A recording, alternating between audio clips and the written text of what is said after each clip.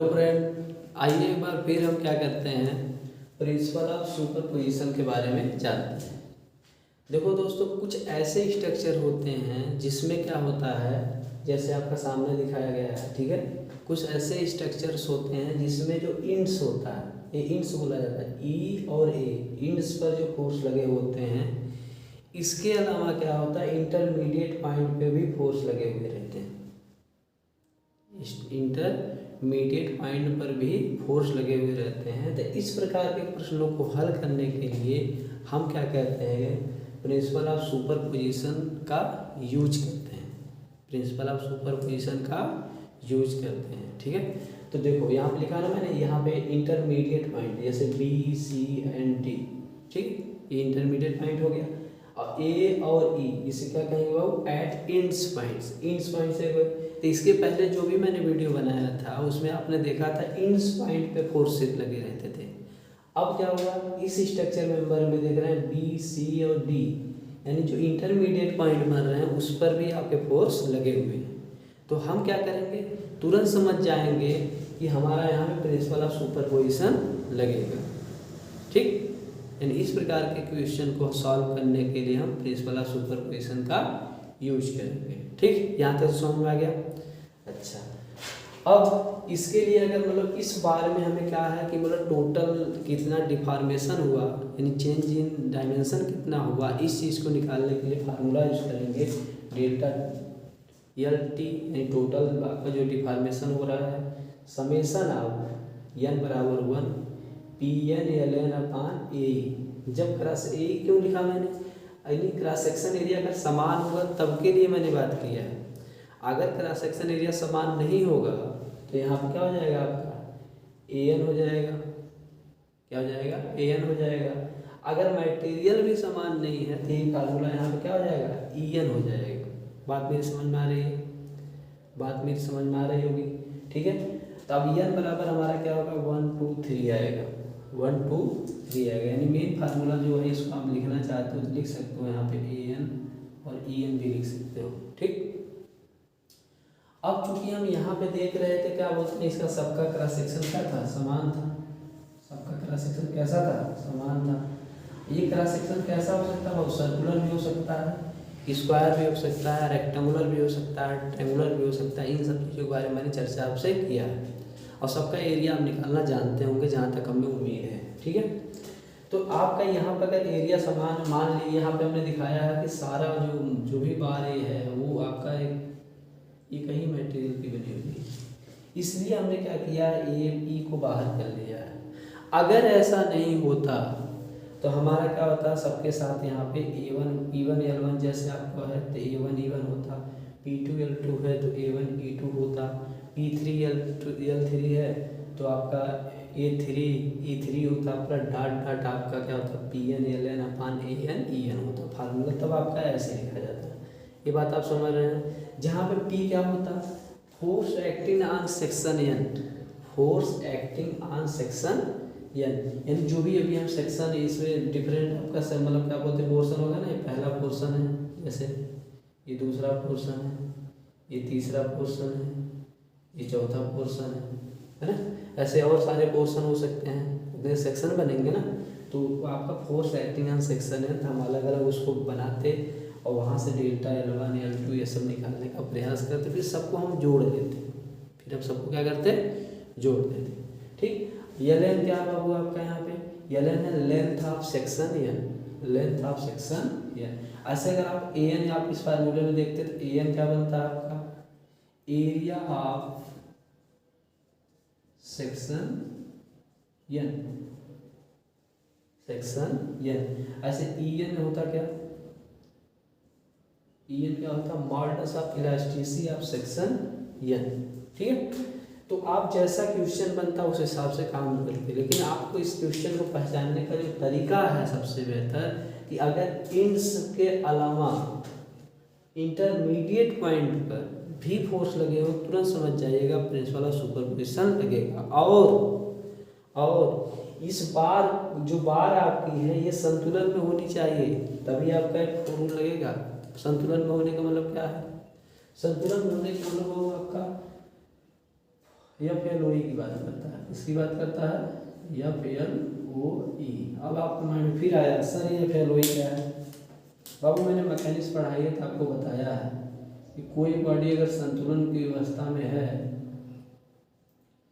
तो आपको FLOE का पालन करना पड़ेगा। FLOE का मतलब क्या? Sigma H equal to 0, sigma B equal to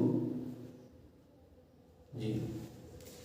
यानी इस वो जो आपका ये मेंबर स्ट्रक्चर मेंबर बना है इस पे अब देखो ये हॉरिजॉन्टल जब ऐसे है तो आपका सिग्मा H इक्वल टू 0 लगा लो। अगर यही मेंबर क्या हो आपको ऐसे वर्टिकल हो जाए, ऐसे वर्टिकल हो जाए तो हमें सिग्मा B इक्वल टू 0 करके देख लोगे। अगर 0 हो रहा है यानी आपका ये मेंबर स्ट्रक्चर मेंबर इक्विलिब्रियम में है तभी आपका प्रिंसिपल ऑफ सुपरपोजिशन लगेगा। या फिर वही मतलब force law of equilibrium, force law of equilibrium यानी ये जो मेंबर है स्ट्रक्चर मेंबर बल के लिए क्या होना चाहिए? संतुलन होना चाहिए। ठीक है, यहाँ पे FLOE नहीं लगाना, मोमेंट लॉ ऑफ इक्विलिब्रियम की कोई ज़रूरत नहीं है, उसका संतुलन को नहीं देखना है। ठीक है, लेकिन हमारा FLOE देखना पड़ेगा कि बॉडी अगर हॉरिजॉन्टल में ऐसे है स्ट्रक्चर मेंबर तो हम ये वाला लगाएंगे सिग्मा H इक्वल टू 0। तो देखो लगा के देख भी लेते हैं बॉडी में।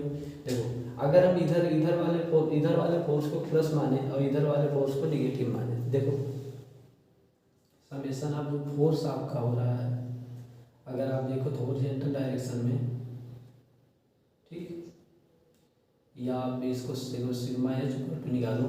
देखो अगर इस डायरेक्शन को प्लस मानते तो देखो इधर कौन कौन लगा, यहाँ पे 4 लगा और ये वाला 4 लगा, 4 + 4 और एक आपका +2 ये लगा। इस डायरेक्शन में देखो ये वाला 2 माइनस हो जाएगा ना, ये मतलब इसमें हम क्या कर रहे हैं? इस डायरेक्शन को प्लस मान रहे हैं और इस डायरेक्शन को हम माइनस मान रहे हैं। ठीक है, ध्यान दीजिएगा। तो हमने क्या किया, इधर डायरेक्शन में आपका है यहाँ पे देखो 2 लगा हुआ है धन, फिर क्या आपका लगा हुआ है 8 लगा हुआ है। बताओ हल करोगे तो 0 आएगा नहीं आएगा? ठीक, और यही चीज अगर ये वर्टिकल होती मेंबर में क्या होता वर्टिकल होता तो आप जब सिग्मा B इक्वल टू 0 लगाते ये वाला तो इसमें क्या होता अपवर्ड डायरेक्शन को आप प्लस मान लेते और डाउनवर्ड डायरेक्शन को क्या करते माइनस मान लेते। उसके बाद समेशन करते, अगर सिग्मा B इक्वल टू 0 होता और इंटरमीडिएट पॉइंट्स पे भी लोड लगे रहते तो तुरंत हम समझ जाते प्रिंसिपल ऑफ सुपरपोजिशन लगेगा। बोलो ये बात समझ में आई कि नहीं है? पहले बताओ ये बात समझ में आई कि नहीं है? पहले बताओ, शायद आई होगी। ठीक है, तो अब हम क्या करेंगे, अब हम इसको जो आपका एग्जाम्पल मैंने दिया है इसकी सहायता से थोड़ा सा इसको सॉल्व करना सीखेंगे। इसको सॉल्व करने के 2 तरीके हम आपको बताएंगे। ठीक है, एक हम बताएंगे AFT यानी एक्सियल फोर्स डायग्राम खींच के आपको बनाना सिखाएंगे जिसे हॉरिजॉन्टल थ्रस्ट डायग्राम भी बोला जाता है। ठीक है, उसके सहायता से हम इसको बनाना सीखेंगे।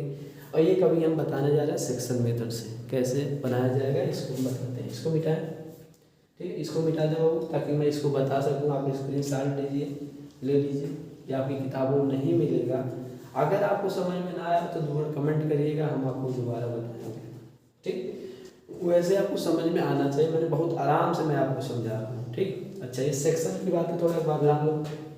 जैसे ये सेक्शन जो आपका स्ट्रक्चर मेंबर है उसका जो क्रॉस सेक्शन है आपका सर्कुलर भी हो सकता है, स्क्वायर भी हो सकता है, रेक्टेंगुलर भी हो सकता है ना। वो आपका शेप का एरिया आपको निकालने आता होगा क्योंकि आप हाई स्कूल में पढ़े होंगे, इंटर में पढ़े होंगे। ठीक है, और ये जो आपका डेल्टा T निकालना है ये आपका फार्मूला भी आपको अभी मैंने इसके पहले भी फार्मूले की बात किया था। इसमें सिर्फ एक ही चीज़ चेंजेज हुई है, मतलब ये इंटरमीडिएट पॉइंट पे फोर्स लगा तो समझेंगे प्रिंसिपल ऑफ सुपरपोजिशन लगेगा। ठीक, इसको मिटाएं। अब हम क्या करेंगे, जो हमारा ये मेंबर बना हुआ है, जो मेंबर बना हुआ है इसकी प्रॉब्लम को किस तरह से सॉल्व किया जाएगा उसको हम सीखेंगे। तो हमने क्या कहा बाबू, सबसे पहले क्वेश्चन देखते समय आप क्या करेंगे, प्रिंसिपल ऑफ सुपरपोजिशन को पहचानेंगे। अगर इंटरमीडिएट पॉइंट लगा है तो आप समझ जाएंगे प्रिंसिपल ऑफ सुपरपोजिशन लगेगा यहाँ। अब प्रिंसिपल ऑफ सुपरपोजिशन फिर क्या करेंगे, हम देखेंगे बॉडी आपकी संतुलन में है कि नहीं। अगर संतुलन में नहीं है तो क्वेश्चन आपका नहीं लगेगा, ये याद रखिएगा।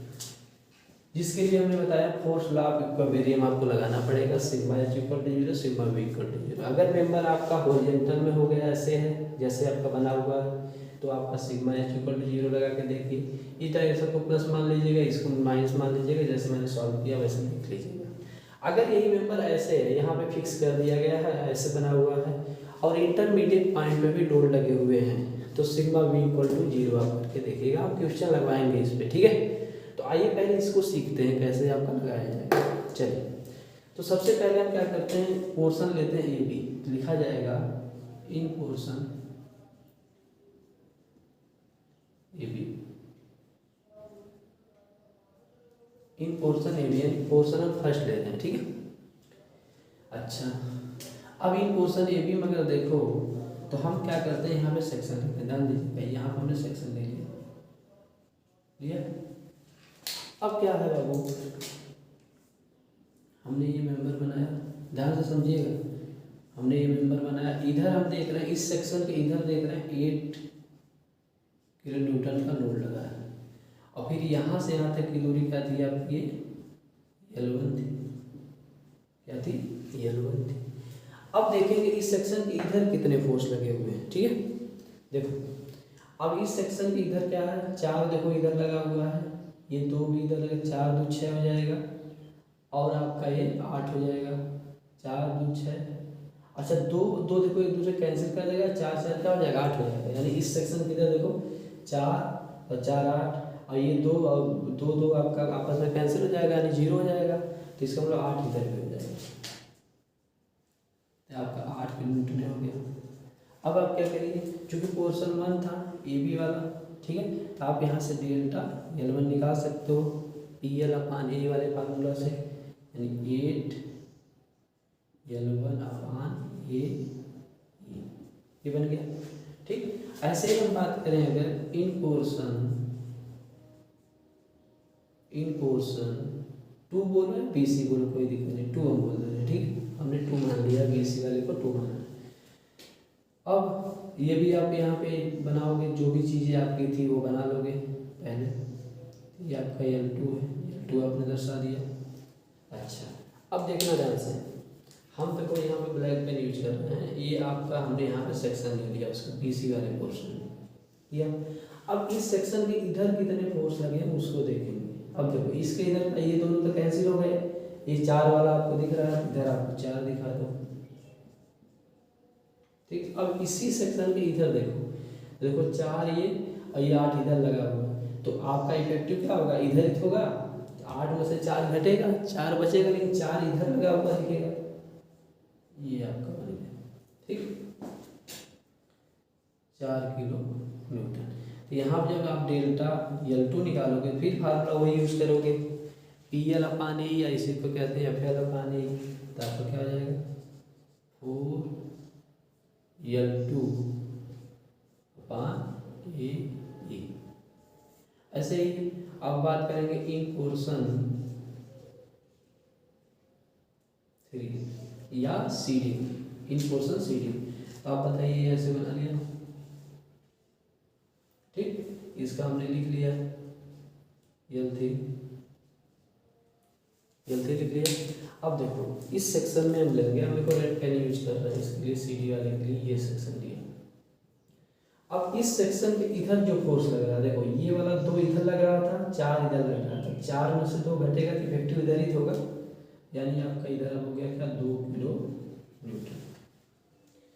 अब इधर देखो, तो देखो 4 और 2 6 और 8 इधर लग रहा था, तो इधर भी आपका हो जाएगा 2 किलो न्यूटन। तो आप यहाँ पे क्या निकालेंगे, डेल्टा अगर आप निकालोगे L3 बराबर तो क्या मिलेगा 2L3 अपान ए, ये बात समझ आ रही होगी। अब देखिए ध्यान से, अब हम बात करेंगे किसमें, किस सेक्शन में, वो D वाले में, लिखा जाएगा इन पोर्शन 4 बोलो या D लिख सकते हो, ठीक है। इसमें सेक्शन लेंगे हम, फिर आपका एक ग्रीन वाला कलर का सेक्शन लेते हैं ये। अब इस सेक्शन के इधर देख, पहले सेक्शन बना लो, D का सेक्शन बना लो, चलो नाम भी लिख दे रहे हैं ताकि आप भूलोगे ना। ये आपको कितना है हैं थोड़ा सा, ए बी थी, ये आपका क्या था, बी सी था, ये आपका सी डी था, ये आपका डी था। अब देखो यहाँ से, अगर आप देखो 4 इधर लगा हुआ है, 4 आप इधर दर्शा दीजिए, ठीक है। अब इस सेक्शन की इधर फोर्स देखो, ये तो कैंसिल हो जाएगा, लेकिन ये वाला इधर लग रहा है, इधर लगा, खाली 4 ही बचेगा, 4 किलो न्यूटन होगा। अच्छा, अब आप यहाँ पे डेल्टा एल 4 निकाल लीजिए, क्या हो जाएगा, पी एल अपान ए, या जिसे आप एफ एल अपान ए कहते थे, कितना है आपका 4, एल कितना, एल एन अपान ए आपका, तो वही है, ठीक। अब देखो, अब सारा पोर्शन जो भी आपका था, पहला, दूसरा, तीसरा, चौथा, सब में हमें जो चेंज इन डायमेंशन हुआ है पता हो गया है, तो टोटल डायमेंशन निकालना है, तो डेल्टा एल टोटल आप तुरंत कर लीजिए, ठीक। अब उसके साइन अलग अलग आ सकते हैं, वो लोड के ऊपर डिपेंड है। जैसे सब में देखो यहाँ टेंसाइल लगा हुआ है, जब टेंसाइल लगा हुआ है तो यहाँ सबसे हो रहा है कि लंबाई में वृद्धि हुई होगी, है ना। तो कुछ ऐसे मेंबर होंगे जिसमें कंप्रेसिव भी लग सकता है, ठीक है। अच्छा, एक चीज़ आप देखें, आप देखिए सब में देखो जो इधर लग रहा है, इधर क्यों हुआ पता, क्योंकि आपने सिग्मा एच इक्वल टू 0 निकाल के देख लिया थे, बॉडी पूरी की पूरी बैलेंस थी, तो इस पोर्शन में भी बैलेंस हो रही है, ठीक। तो आप यहाँ से क्या कर सकते हो, डेल्टा L1 धन डेल्टा L2 धन डेल्टा L3 धन डेल्टा L4, जो वैल्यू आप निकाले रहोगे रख के जोड़ दीजिएगा, वही आपका क्या हो जाएगा, वेस्ट कर जाएगा। तो एक तरीका है। दूसरा तरीका, इसी को प्रिंसिपल सुपरपोजिशन का जो भी आपका क्वेश्चन होगा उसको हम सॉल्व करना सिखाएंगे AFD से, एक्सियल फोर्स डायग्राम बना के सिखाएंगे, ठीक है। तो जो आपको पसंद होगा, चाहे ये तरीका पसंद होगा, चाहे वो तरीका, आप उससे क्या बोलते हैं सीख लीजिएगा। हाँ, एक बात मैं ज़रूर कहूँगा, अगर आपको मेरी वीडियो पसंद आती हो तो आप इसे लाइक कर दिया करिए, सब्सक्राइब कर दिया करिए, है ना, लोगों से शेयर कर दिया करिए, अपने भी सब्सक्राइब कर लीजिए दोस्त, दूसरों से भी करा दीजिए, ताकि मुझे भी अच्छा लगे। आप लोग सब्सक्राइब करते हैं, अच्छा लगता है ना, ताकि मैं आपके लिए और भी वीडियो बना सकूं। तो आज के लिए इतना ही, आपका दिन बहुत बहुत शुभ हो, यही हमारी इच्छा है, ठीक है।